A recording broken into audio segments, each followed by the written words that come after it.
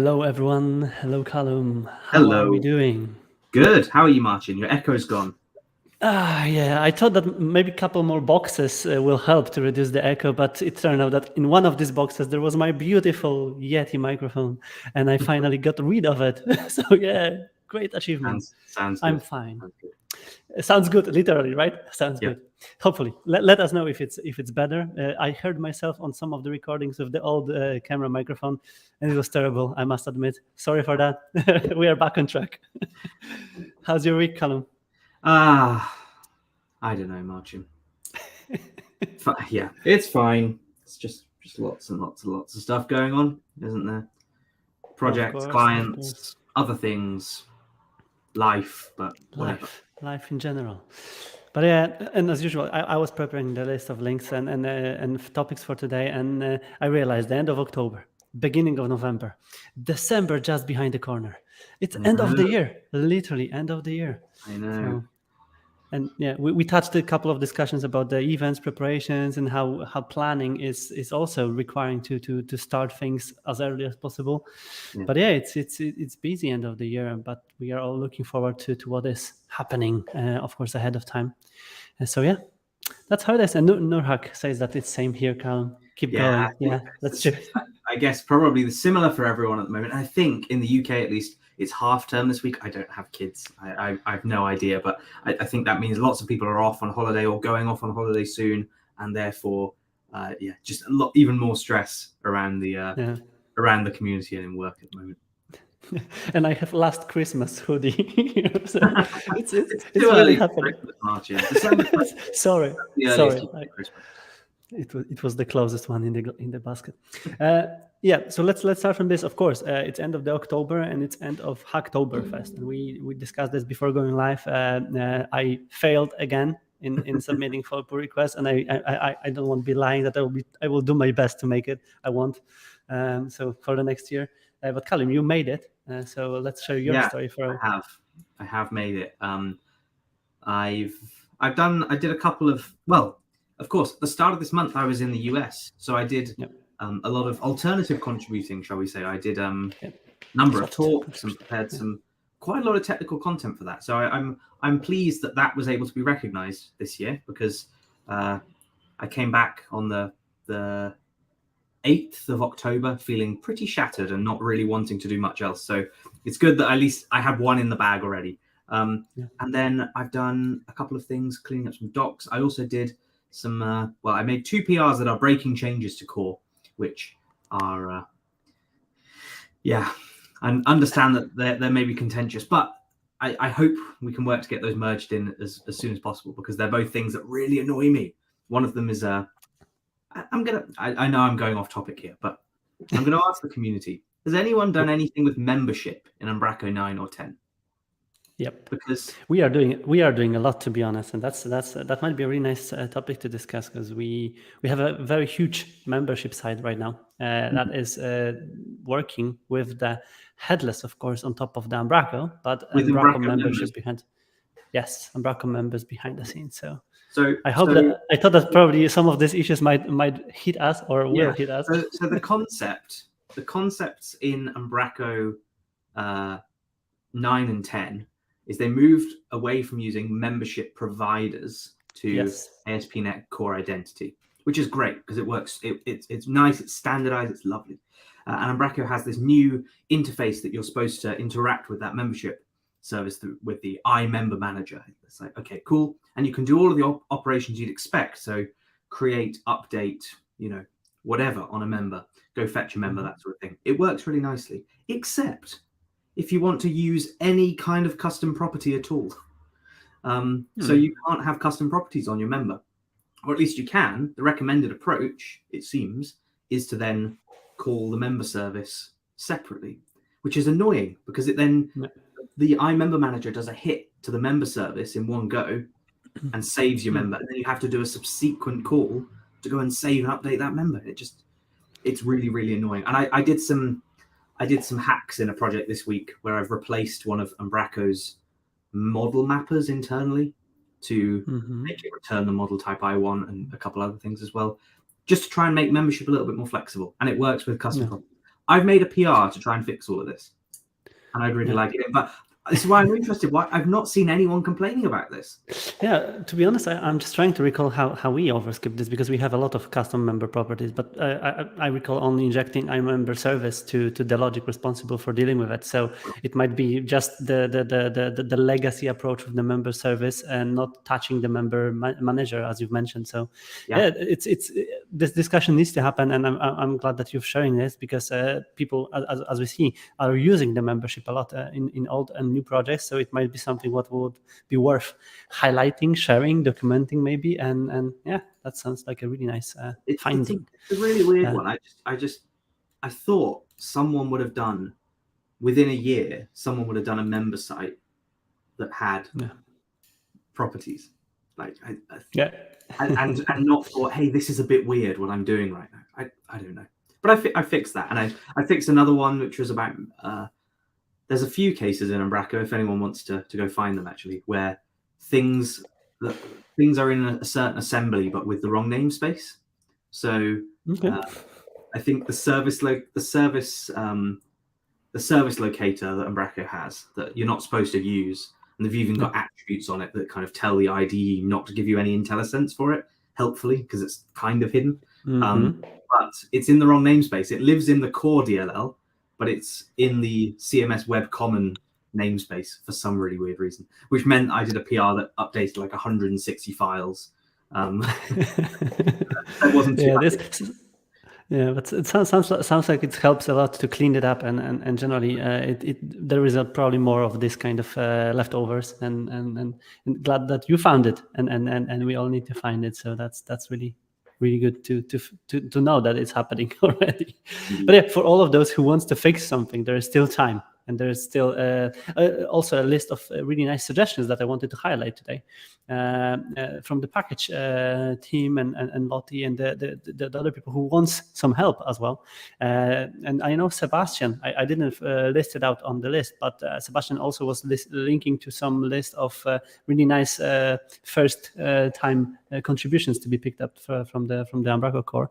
So if anyone wants to really dedicate some more time still at the end of the October to contribute, there is a lot of ideas here and the ways of contributing described also by Umbraco packages team. And as you've mentioned, what I wanted to also flag is like contributions can be also non-code related. So if any of you did something cool with membership and will write blog about it, you can also link it to the list of contributions outside of the code basis, and it should still count. And as we are talking about it, exactly in relation to my Christmas hoodie and sweater, 24 Days team started already gathering the submissions for this year's series, and it's the best proof that we are getting to the end of the year. So yeah, everyone who wants to share something cool, maybe also for everyone who don't know what this series is. It's a 24 days in December, every day, every new article, or even couple of articles, depending from the amount of the ones that are finished before then, and very big code knowledge base of materials that I'm getting back regularly to. I don't know what about you, Callum, but I'm often revisiting the articles from there. Yeah, they're fantastic resource, aren't they?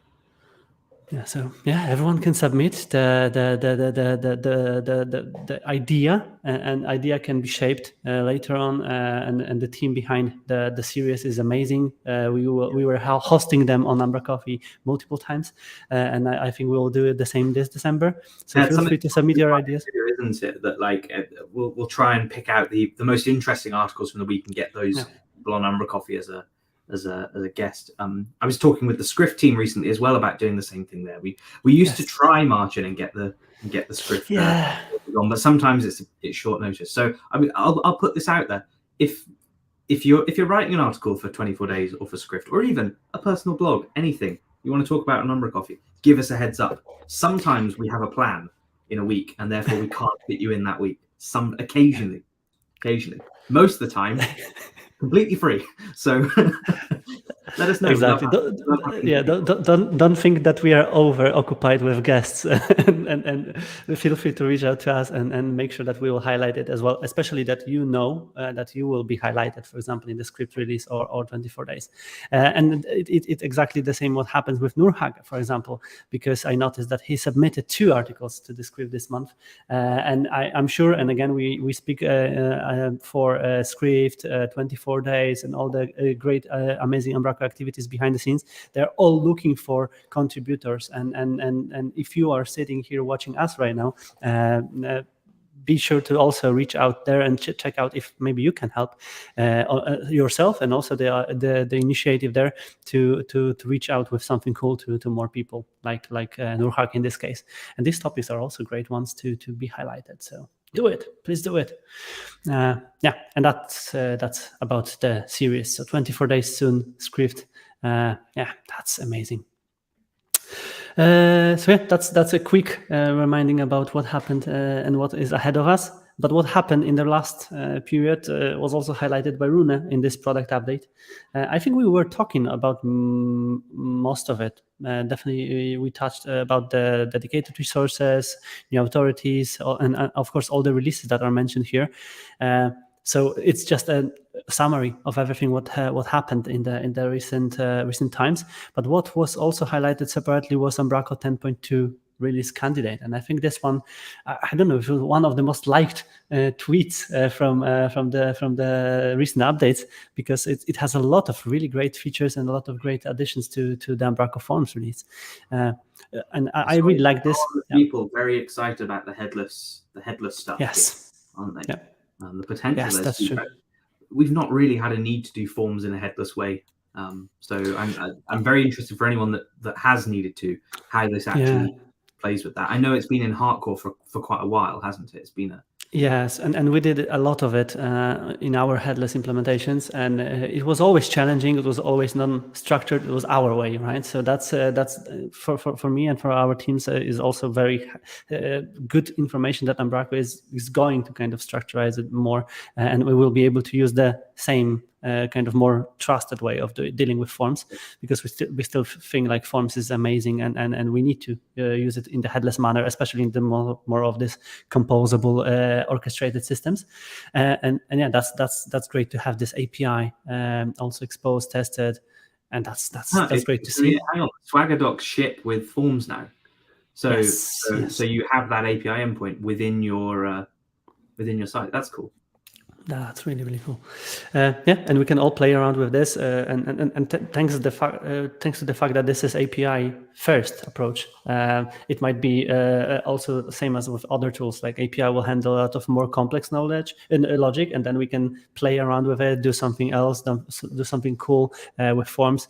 That's really, really amazing. With the sample code as well, shared by Umbraco this week. That's really great, and a lot of other improvements. For example, magic strings formatting. So magic strings being extremely hidden feature for a long time, now can be also formatted. And I can't remember who was sharing this solution back in the days, but someone showed me the really amazing forms integration with all the magic strings, all of the fields coming from forms, both and front end and the page data. It was all based on the magic strings, and then I realized how I do not use it at all in most of my solutions. I'm glad to see that it's getting some love. This is a feature that's been there since Contour. Like it's been there a long time.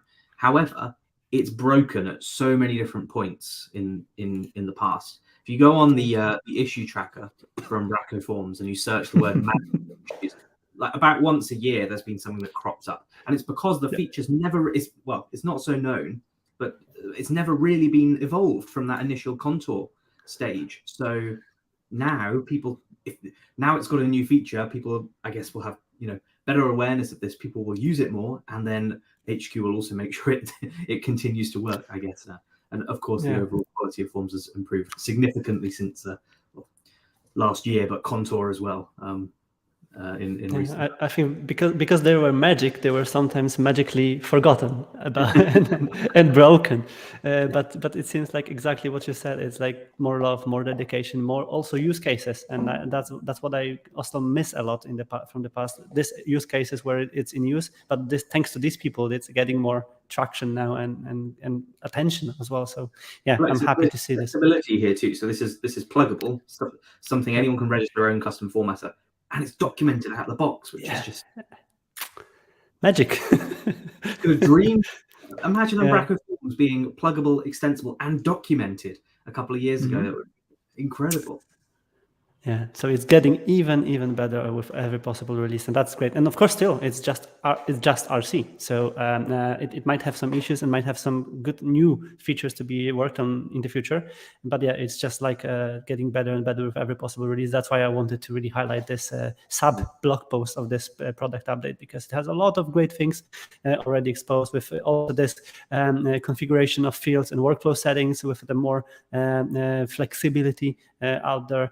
A lot of great really things. So check it out. And this is a small amount of it, because it has a lot of more fixes inside of it. So now, as with every RC, we need to test it out. We need to get feedback to Umbraco to make it a fully functional, stable release, and then submit more ideas on how product can be even more improved.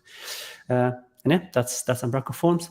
And also, there is some extension later on to be mentioned about the forms, but we can start from other packages updates now.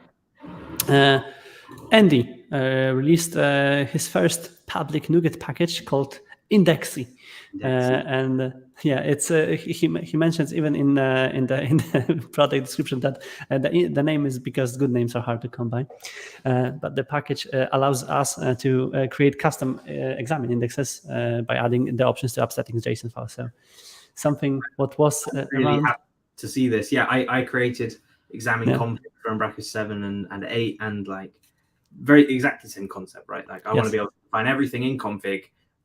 Or nicely programmatically, which examine 2 and beyond actually fixed quite a lot of those issues anyway. But yeah, this is fantastic, really fantastic. The one thing I'm not clear, I don't know if Andy's watching, if Andy watches this back, or maybe I'll ask him on Twitter. Can I modify an existing index also? So if I create like just one label called external index and then one property, will it just modify that one property for that one index? I'd love to see that. But yeah, this is hugely powerful, and I think a bit more familiar for people, isn't it? Than I quite like all of the sort of code configured examine nowadays, but this is a little bit more approachable, I think. Yeah, and still, it's up to conventions, I would say. A lot of people got used to doing this from the configuration files, and some of them prefers to have a classes and source control them. So it's like, it depends. But in this case, it also opens up the ability to really tailor the indexes on the fly per environments, do some crazy stuff with the configurations that we all know can be done. So yeah, I really like this approach. And again, I think it's something what we need to have as a part of the options list, at least for configuring indexes like that. So yeah, good stuff. And if Andy will be watching us, we will probably get the answer from him. So yeah, that's a nice new release from this week. Another one is Upwest Bundle Umbraco package, and it's I don't know the full context of it, but it has a lot of options of using the external providers with do absolutely everything. Yeah, so it's like a lot of configuration for membership using the third-party external providers. Just a lot of stuff. Same with the forms and various other integrations with the external logins. And the description says that it's streamline automate member login process out of the box with social logins buttons, automatic translations with Azure and Google services, multilingual setup, two-factor authentication, Twilio, a lot of stuff. So a massive, big package to be tested. A bundle. That's why it's called bundle, probably, right? So this is the list of plugins. So yeah, it could be one package for all of them, but this is the group of all the packages, right? So yeah, if anyone wants to test it out, and maybe you can then report back on how it can be used. So yeah, definitely a huge effort. And Angel released this week, so we can test it out. Other than that, Patrick followed the Friday release date pattern and released the update to his CEO Toolkit package 2.2, including robot stacks and site audit functionality. So now I remember when we discussed that with Patrick on umbraCoffee, that site audit was in work in the making. So now it's here. So we can all give it a try. And thanks, Patrick, for releasing this. Yep, that's one. And two more to be mentioned. Lottie released the admin-only property package. So I believe that it is a result of the hackathon hacking recently. But the package allows to have the admin-only property, so a wrapper for back office that allows us to hide a property from any user that is not an administrator group. A really nice one. And I can't remember, but there was some discussion maybe this week or last week when people were looking for best approach to deal with something like this without hijacking interceptors and anything like that. It's a weird one. We had a chat internally about this sort of idea as well. Sometimes you want to store a key configuration setting. Like I'd hope it's nothing security conscious, but maybe like an email address where something should be sent to. You want that to be manageable in the CMS, and you only want certain people to be able to edit it. So this does make sense. I was discussing that potentially we could leverage the read-only property now to be like, this is a read-only property, and have conditionally read-only properties would be kind of cool based on role. I'd love to see in this as well. I don't think it's possible from what I've seen. I'd love to see a ability to pick a user group. So I can opt in certain groups to say this person's part of this group, therefore they're allowed to change these values, or they're only allowed to view, or it's completely hidden from like a few options there. It's definitely something that's useful. And I could see it being useful in core as well, actually. Like it's not it could be a nice simple feature that for that one time you need it, it just works out of the box. To be honest, that was something what I was thinking if I would ever get more time to investigate around, is like this permissions in still permissions around member groups, because content protection access is clear, right? We can have a role-based protection and do some actions based on it. But what about admin and users in the Umbraco system? If that's something similar that can be applied for properties, document tabs, general level of accesses to content apps, which we already have in place. So definitely. Umbraco's permissions models becoming more advanced as well. We've seen variant of the language permissions, haven't we, recently? So I think this is the way Umbraco's going. It has to be. And when they're trying to pitch more into that middle enterprise level too, it's going to be a requirement that comes up, isn't it? It's going to be things people want control over. So yeah. This is a great one, Lottie. Well done. And well done. And he's already done it. Exactly. He's already done what I want. Yeah, that's the real-time solution solving. But yeah, good one. And definitely a lot of possibilities to be extended inside of this kind of approaches for the back office. So yeah, share your use cases and the needs in the issues list, and maybe next release we'll have that. The next one is from Infocaster, and we haven't picked up it earlier. It was released last week, if I'm correct.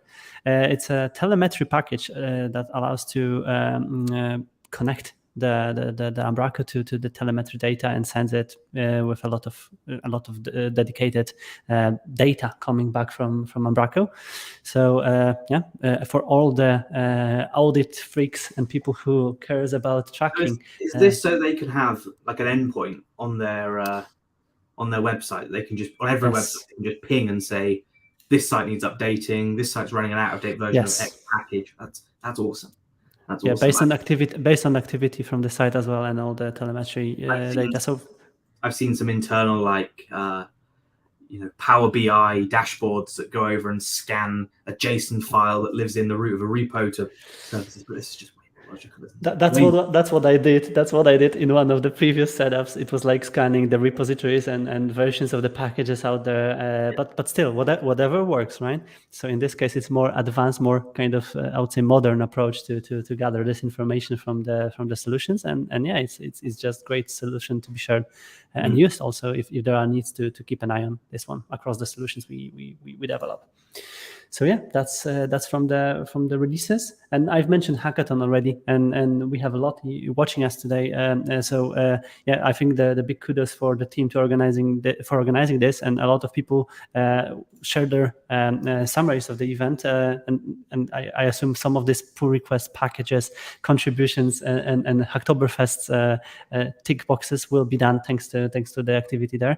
If there is anyone else watching us right now, drop your comment on how it was last week and what did you hack during the event. But generally, there's a lot of events happening, and I'm just trying to keep my eyes on what's going on. But Umbraco HQ members, Umbraco organized the Partner Summit in Sweden this week. Morten and other Umbraco members are visiting a lot of various events, not Umbraco related only, right? Same what happened last week. But yeah, it seems to be back on track when it comes to events, right? I think very much we are back in the game, as it will. Yeah, exciting. And we have some of them ahead of time. So it's worth reminding about them again. Paul is hosting his still online event, but also the interesting event which will be held on Tuesday 1st November. So Umbraco long online event, no talks, pure unconference format and discussion hacking and everything else done online. So feel free to join Paul if you have time and want to. There's Dutch Umbraco meetup group organized on November 3rd, and Corne and IO is hosting this, and this will be about headless. That's what I understood, at least. A lot of headless topics. So yeah, and that's definitely for the Dutch community to be looked at. And also we have the Umbraco Together soon. So Callum, quick update from your side about Together and everything else. Umbraco Together. So much spinning around my head right now. I don't even know what. Some new speakers were announced this week. Yes. There's a couple more still to be added onto that list as well. So in the next day, ideally today. Keep your eyes peeled. Buy your tickets. That's all I can say. Like ultimately, I think we're 3 weeks out. 3 weeks out. Right just now. Realized that. And here's the thing. Now is where I need to start like confirming numbers with the caterer and whatever. And it's so annoying and so stressful when people buy tickets like 2 days before. And we always buffer, but I know a load of people I've spoken with have said, yeah, I'm going to buy a ticket. Great, please do it. It's the last Friday of the month. Go get your boss's credit card and buy a ticket. They're not going to mind. It's only 50 quid. It would just be good to see as many people there as possible, right? So please, if you're planning to come, buy your ticket ASAP. It would really help my stress levels and make next week of confirming numbers and stuff far less stressful.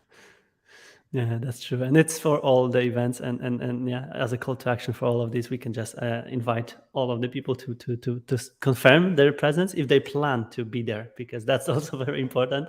Yeah, keep an eye on this one. And Callum, you've also announced Umbraco Together pre-party together with Lottie and Umbraco Meetup Group in London. Tell us more about it now. I don't think you can take that much credit for this. I mean, Lottie's doing a fine job of nailing down the details on this one, which was surprisingly quite difficult to do. But Umbraco HQ are hosting their Gold Partner Summit on the 17th in London, the day before the Umbraco Together. If you want to, if you don't fancy going to that, or it's only in the afternoon, so if you are there all day, please come along to the hackathon in the morning instead. That would be a good use of your time, I think. However, they are having an after party, and then they are allowing the community to tag along from 8 p.m. as well. So the Umbraco London page has all the details of this.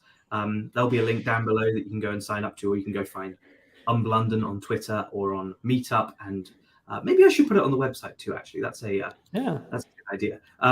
So yeah, come along. It's at a golf bar, or a crazy golf bar called Swingers, and it's cocktails and whatever. And I know that there's a minimum spend that needs to be hit, so it would help if people came along, I think. But yeah, 8 p.m. Contribute. A nice sort of time from hackathon ending or partner summit ending. Go back to your hotel, drop your bags off or something, grab a bit of dinner, come out. They've got beer, cocktails, and some crazy golf. What could go wrong? Yeah, sounds like a plan. So definitely help organizers to mark their targets. And same comes with another festival that is happening the week after, DK Festival. And if I saw correctly, there was also the tweets flying around to ask people to really buy tickets, confirm I think their early bird presence. tickets might end on Monday, end of this month, 31st, or they might have already ended. I'm not sure. And of 1st November. So you've got a couple of days. It was a really good event last year, and it's going to be a good event this year because I'm going to be there again. No, I'm joking. But there's some decent speakers. I know Pauline was speaking with Joe on my team speaking. I'm speaking. Ken, Bjarka.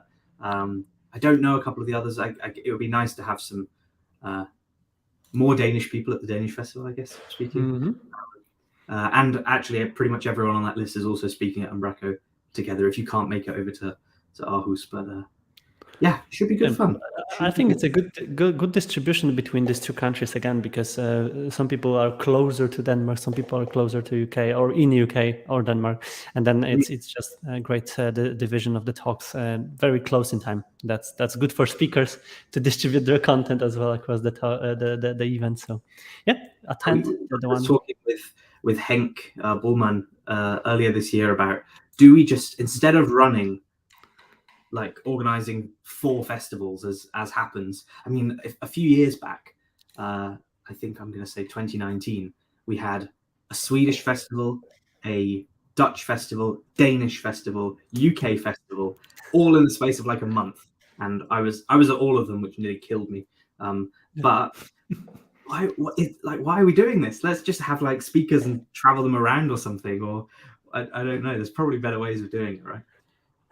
Yeah, but that was also something interesting to attend, and as someone who attended a couple of these festivals, it was just great to see different kind of approaches to that, different organizers, different cultures, different everything, and that was amazing. And again, maybe we are slowly getting to the position back again where it's safe to think about organizing events, and people will be coming back to doing it.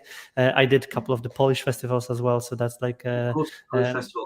I should have added that to my list, Marcin. That was definitely another one. I think it was 5 weeks, five festivals. Yeah, that was crazy then. But we'll see. It's back. It's coming back on track, and then definitely it's something what community loved, and will definitely be missing if it won't happen. Yeah, couple small things at the end of the list. We have seen the nice series started on Centaurusbrug, called Supercharge Your Umbraco website, and it was retweeted from the Marketing Suite account, and of course it highlights a lot of possibilities to be done with Marketing Suite, and I think it will be a valuable asset and information for all the people who thinks on extending Umbraco and to realize how it can be extended by the real use cases. And it's a series of blogs, so we can safely expect more of it, but generally how it's done, what it can do, and how Umbraco can be part of the bigger picture of integrations suite. So check it out. The links, of course, to everything what we discussed will be in the description of the video. Also, on the other hand, Andy, who was mentioned already today, blogged about Umbraco forms and additional attributes added to the existing form fields. So a little bit other point of view on extending Umbraco forms, and a great blog post highlighting on how it can be done, how to extend these fields, and what can be done with it. I didn't know about some of this too, so it's really great to see it being shared. And thanks, Andy, for that. On the other hand, Jaron shared his blog and video about Sitecore and Umbraco working together in one big DXP solution. So, yeah, I saw Duran's talk at Dukefest, and I was very surprised by one line that he said, which was that they are using Sitecore for their membership or for their identity, and Umbraco for their websites. Like, why would you do that? But it makes sense as a sort of, we already had a Sitecore site, or we already have an Umbraco site. We can plug the two together, maybe even as a bridge whilst one is being rebuilt in the other or something, or pulling other components. It's a very cool use case. Yeah, and I think also our friends from Enterspeed team use this exact use case of migrating between Umbraco and Sitecore one way or another, and creating a middleware of the data container, and you can connect both and push data from both, and then replace frontend. So that's kind of again more probably to be seen across the solutions, because now topic of migrating from versions or outdated platforms, despite of the fact if we are talking about Umbraco, Sitecore, or Kentico, or whatever, it's just a hot topic. It's still a hot topic. So we can see more of it. But here Jeroen proved how it can work together and what is this composability all about here. And I think this is a really good good proof that it can be done this way, and again, a service that unifies both data sources. Yeah, really cool example and use case. So yeah, check it out if you want to. And there's a blog and video from Jeroen, so we can all benefit from it. The one more article about Umbraco, an award basically for highlighted by MemberWise, because they did a survey and it turned out that Umbraco was named as the most popular CMS amongst UK digital experiences for UK membership and association sector. So it's again highlight because Umbraco, we've all seen this very often, that Umbraco was used in many organizations and associations in UK especially, but it just proves that it's very heavily used, and a lot of answers were mentioning Umbraco, and that's really good to see. And still, if any other organizations will see this, they will probably turn towards Umbraco and will consider it maybe for some other use cases. So I really like this kind of finding, and it's good to see for Umbraco to be mentioned like that. And speaking about organizations and Umbraco, we can finish and wrap up with this one, because Lee shared the screenshot from a very ancient version of Umbraco, and he asked if someone can guess what version it is. What is your guess, Callum? Seb guessed 4.8, didn't he? And looks like and he won. Yeah, which is good. I was trying to get a bit analytical with this, so it's definitely 4 or 6. I mean, I think quite obviously, and I believe the icons at the bottom were changed at some point, so that dates it a certain way. I think it's a later version 4. I couldn't tell you much more than that. But well done, Seb, I was doing the same. Yeah. I was doing the same analytics as you did with the fact that I knew that it was 4 point something, 4.7, 8 or 9, but then I was thinking, is it not 6 really? But then something must be a small detail here what other do recognized, and also taking this opportunity, a lot of people shared their legacy solutions running on 4.5 or 4 point something else. It's really great to see that this is still working. I still have some very fortunate not to have anything lower than V7. I have some personal websites somewhere done back in the days running 6 point something, but they're still up and running. Nothing's wrong going on with them. So yeah, and that's all from our list for today. So if we missed anything, as usual, let us know. No, if you have something to talk about, come on, reach out to us. Twitter, Slack, not Discord, email. There's an email in our YouTube profile if you need to ever get in touch with us. Like it would be lovely to speak to some new people, or if people have, there's nothing wrong with saying I have something to promote or something I've done that I'd like to discuss. Please come be a guest. We have the whole finance department who's taking care of the invoicing of it later on. So that's completely fine. We have to sign away the rights to like a 1-second clip of umbraCoffee, because for those that don't know, Purnima did a really great video where Microsoft sort of followed her around for a day and showed what a day in the life of an MVP is. And they wanted a small clip from umbraCoffee, and we had to sign like a waiver to say yes, this is what it was.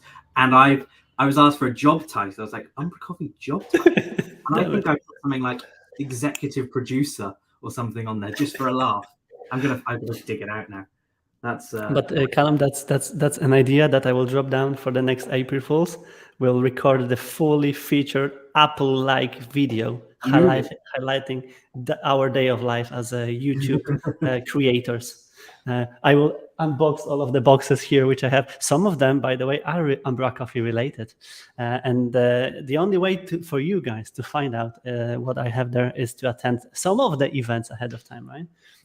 Yeah, coincidence? I don't think there so. might be a ticker down below. We had some very limited edition swag at Code Garden, didn't we, Marcin? And yes, we had. It'd be cool if it came up. We've also, Marcin, we've been saying this for weeks now. 250 episodes next week. 250 episodes. Do we have a plan? Absolutely not. So if you have any ideas, what can we do? 250 is a huge milestone. Let us know. Exactly. Yeah. And of course, thank you all for being with us for this 249 episodes so far. And if we'll find a plan for the episode 250, we'll let you know. And you can find out by joining us next week, as usual, on next Friday. So thanks for today. Have a lovely rest of the day and the weekend ahead. And see you next week, everyone. Thanks, Callum. Thanks, everyone.